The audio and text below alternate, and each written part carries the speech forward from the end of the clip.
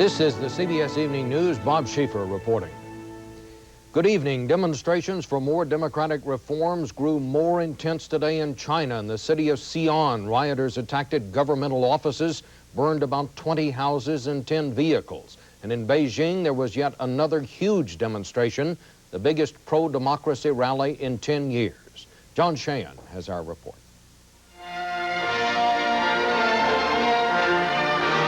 The rulers of China gathered in the Great Hall of the People to bid farewell to a fallen comrade.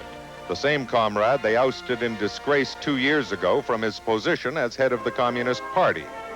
Hu Yaobang's downfall was due to his alleged tolerance of student demonstrations and Western ideas. But there were two funerals here today, the official one, and this observance directly across the street that the authorities tried to prevent. Thousands of students demonstrated for 5 days in a row, praising Hu Yaobang as a symbol of the democratic freedoms they yearn for.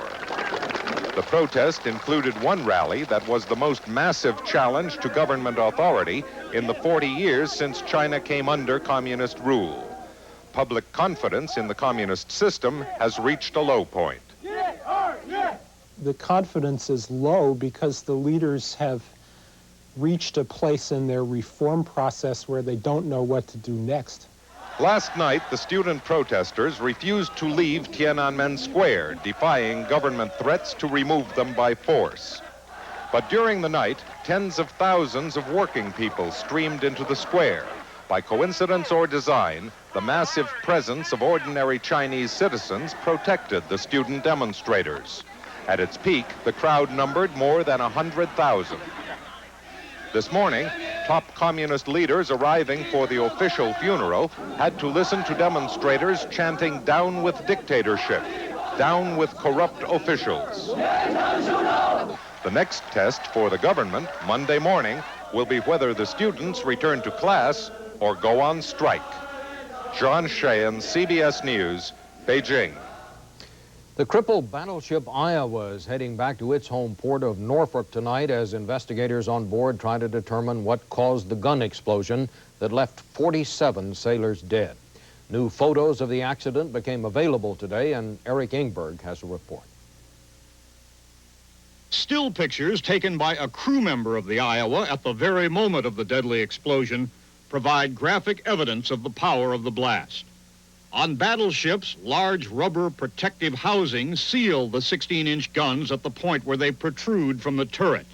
In the photos taken last Wednesday by an officer of the Iowa, one of those seals is seen blown completely off the gun as the explosion rocks the number 2 turret. Then smoke engulfs the turret. At least 2 of its 3 guns were loaded in preparation for their first practice firing of the day. Something went terribly wrong. The Navy does not know what. The captain of one of the Iowa's sister battleships says the hardware was dependable.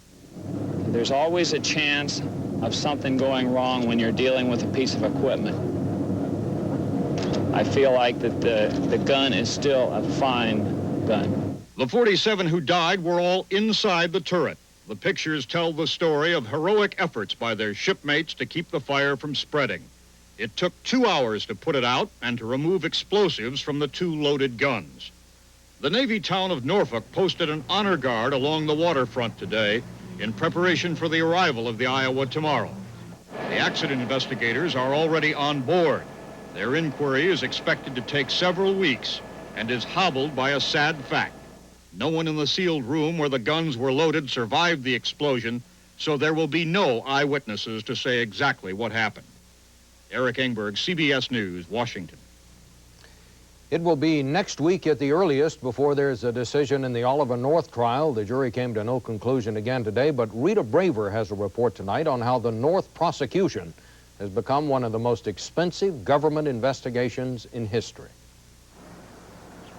The jury in the Oliver North case deliberated for half a day, but again reached no verdict. U.S. Marshals transported the jurors to the hotel where they're being sequestered. Just one more expense in an investigation that federal officials estimate has already cost U.S. taxpayers more than $40 million. There was at least $5.7 million for the congressional probe. another $250,000 for the Tower Commission. And the White House, the Justice Department, the IRS, and other agencies have spent an estimated $20 million, according to the publication Legal Times. But the highest cost for any single entity is the $14.7 million spent by independent counsel Lawrence Walsh and his prosecution team. And some critics claim that Walsh is spending far too much to prosecute North for what they consider to be relatively simple charges, like obstructing government officials and accepting a home security system. It would seem that these are fairly small when you consider that the United States government is responsible for prosecuting terrorism, for drug cases, for organized crime, for any number of major, very serious crimes. Others, however, including several former independent counsels, insist that it's not the individual charges that are important, but the national policy implications of the whole case. Democracy and justice don't come cheap, and if you have to pursue people who are going to be the subject or targets of the investigation under the Ethics in Government Act, then you're going to have to spend whatever is necessary to complete the investigation. And the expenditures could go on for years, because once the North trial is over, the cases of former National Security Council Chief John Poindexter and money men Albert Hakim and Richard Secord will proceed. Rita Braver, CBS News at the Federal Courthouse in Washington. U.S. News and World Report magazine reports tonight that President Bush has secretly authorized the CIA to provide more than $10 million in aid to opponents of Panama's General Manuel Noriega, money to be used in that country's upcoming elections. The United States has been trying for years to force Noriega out, but the White House declined comment on the magazine's report. Well, still ahead on the CBS Evening News, a tug-of-war involving the nuclear missile and political muscle. And later, Bruce Morton reports on a Philadelphia market and the big changes in store.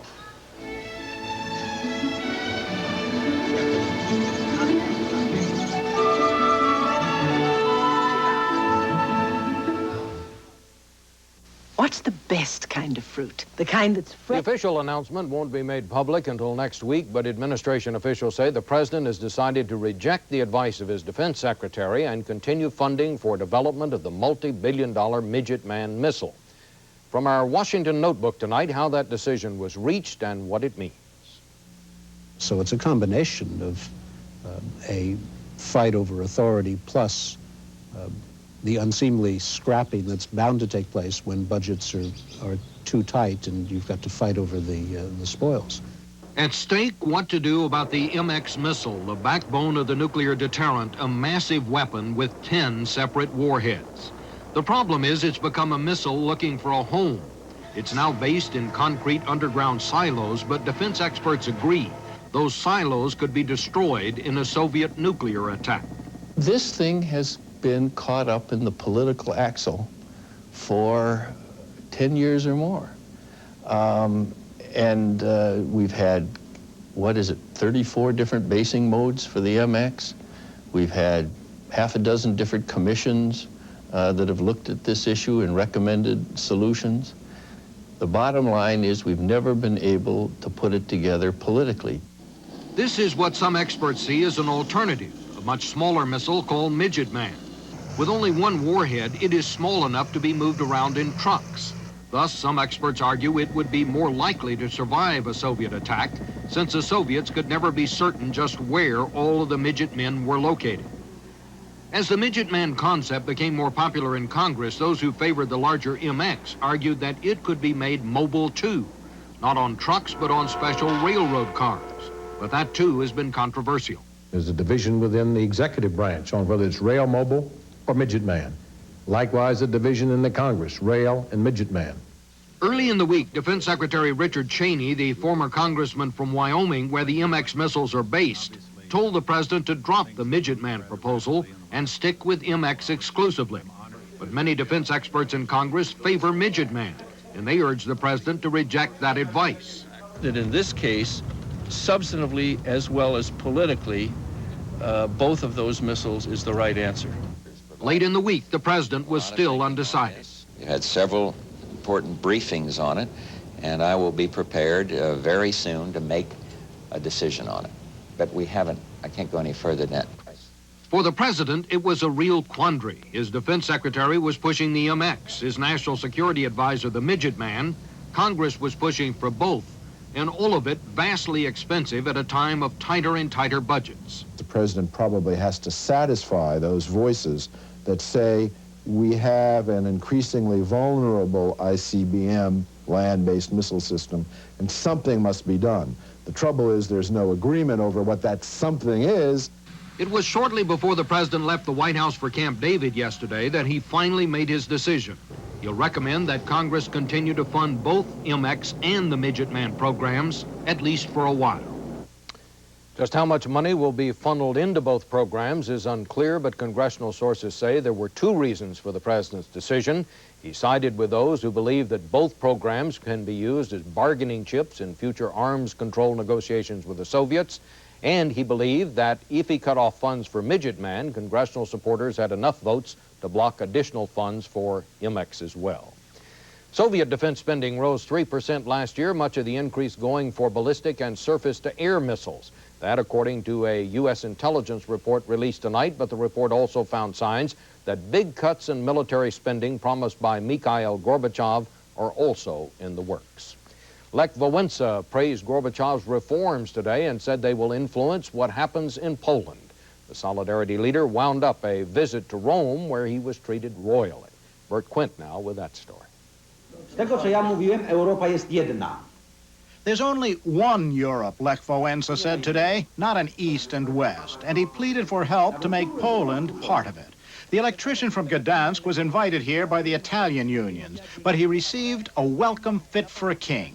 He was embraced by Poland's other favorite son, the Pope, and hailed as a conquering hero by the Italian government.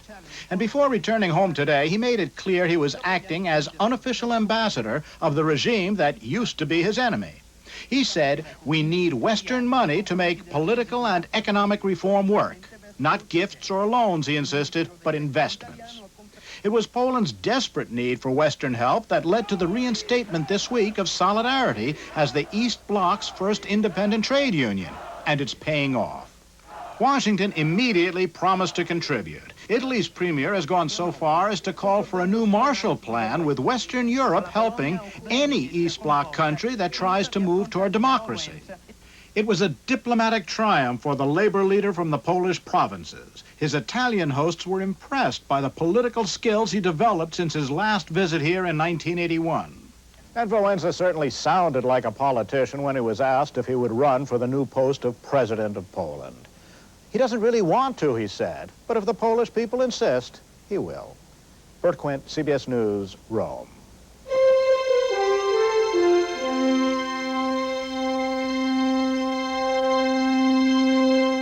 Hospitals are losing money. In this decade alone, 240 have been forced to shut down. Well, tonight, Scott Pelley has the story of a New York City hospital that is on the critical list. What happened to you? A man is attacked in central Brooklyn and rushed to Interfaith Hospital. They wanted to kill me. Why they wanted to kill you? On another floor, premature babies, some addicted to crack. Difficult cases, but the most desperate of all is the hospital itself. This is Vic Pepitone, Interfaith Medical. Yes, we received the call on Friday saying that you were ready to auction off the hospital. Creditors demand payment, but Interfaith is going broke. I need a little more time on that. It's one of many urban hospitals being threatened across the nation. Their income has been cut because the government now pays less for poor patients on Medicaid. But at the same time, costs are soaring because the diseases of poverty, AIDS, trauma, drug abuse are the most expensive to treat.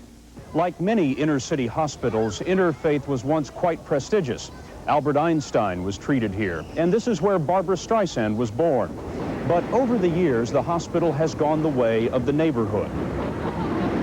Once busy streets have become lanes of poverty and loneliness. Doctors' offices have closed. Now, Interfaith is the primary source of care for an area of 500,000 people, most without insurance. It's really obscene that 40 million people in this country are not insured and unable to get appropriate health care and end up using an emergency room as their private doctor, if you will. The result is a hospital struggling with huge debt and an overdrawn account. Right now, we're sitting with a negative balance of about $650,000. That's money that we don't have. We overextended ourselves for a while. You wrote more than $500,000 worth of hot checks. Right. It's a daily occurrence around here. Listen, don't move. I'm gonna have to cut this shirt. In the emergency room, nurses buy bandages with their own money. Some admit to stealing minor items from other hospitals. The same people that run out and buy the supplies are the same people who live in the community, and they want to see this hospital here because it has a mission. It takes care of a lot of patients. One primary mission is drug treatment. Interfaith operates one of the largest drug programs in New York. A lot of people are in trouble right now. They're going to be in more trouble if they take this hospital and this program away. We'll pay every penny that we owe. Again, I just need a little more time. Time ran out last year for 38 urban hospitals across the nation. Brooklyn's Interfaith holds on day by day, just one of an increasing number of inner-city hospitals facing their own mortality. Scott Pelley, CBS News, New York. And reporter Pelley tells us Interfaith Hospital did get some good news this week. Federal inspectors determined the facility does meet the minimum standards for continued Medicaid funding, so it will not be forced to shut down.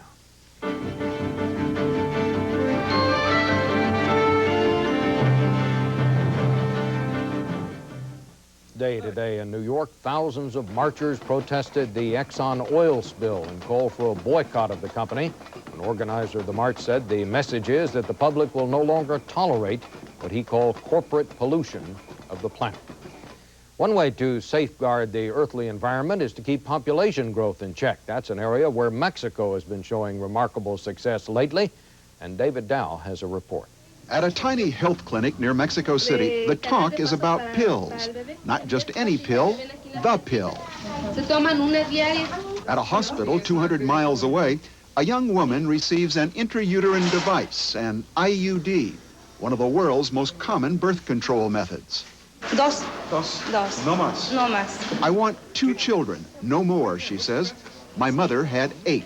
In the last 15 years, they've brought average family size down from 6 children per family to about 4 children per family. That's really remarkable. Though other Latin nations have launched family planning programs during that period, none has cut its growth rate so rapidly, from 3.2% a year to about 2%. Government and private sources have pumped an estimated $1 billion into family planning. The Catholic Church, strictly separated from the state, has offered at most passive resistance. Family planning has even become a staple of primetime television, of popular soap operas. ¿Qué podía ser? Uno no puede controlar esas cosas. Por eso es bueno planificar la familia. It's a very controversial issue, but it's something that I think education in every way is the #1 need in Mexico. By and large, women have been receptive students. There are many, like Alejandro Acosta, who leave hospitals with a second child and a tubal ligation, female sterilization. It has taken longer, though, to change traditional male attitudes, so-called machismo. They have thought that to have a lot of children, was a sign of virility. Mexico now expects to enter the next century with 100 million people instead of the 135 million once projected. But the population is still growing faster than the nation's current ability to create new jobs. The hard part is still ahead of them. They've got to reach the remote rural areas. They've got to reach very poor couples. And to reach the children of the new revolution, to reinforce the new slogan of their parents, that wanting more for your children may mean having fewer. David Dell, CBS News, Veracruz, Mexico.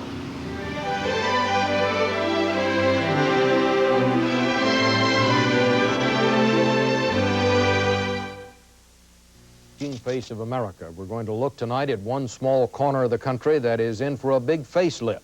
Whether it's a change for the better is a matter of debate. And Bruce Morton reports from Philadelphia. Should I cut the breast in half again?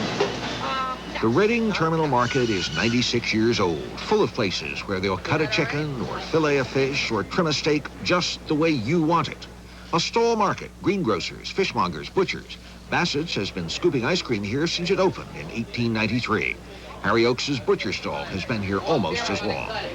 I've only been here 43 years myself. My grandfather and father started the business. And I have my son who's a fourth generation.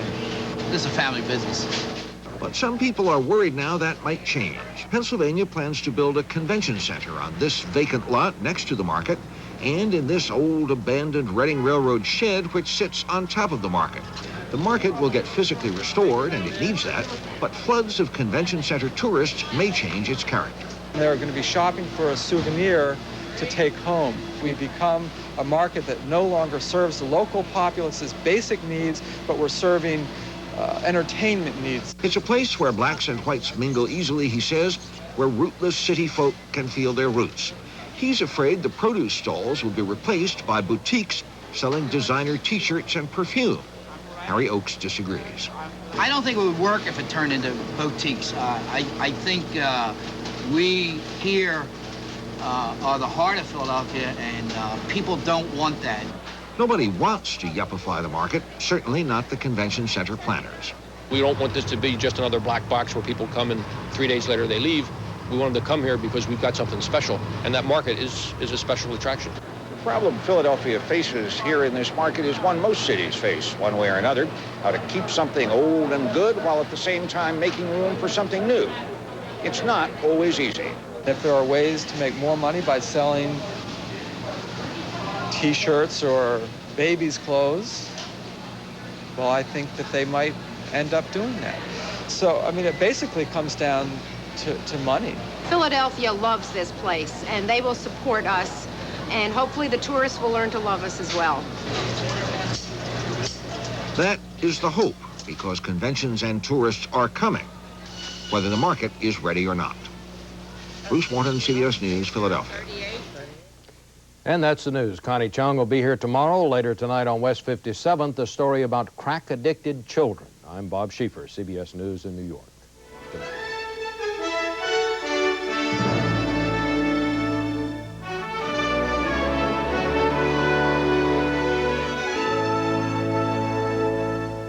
And soon it's time to say goodbye. Kareem plays his final regular season game when the Sonics face the Lakers tomorrow. This is CBS.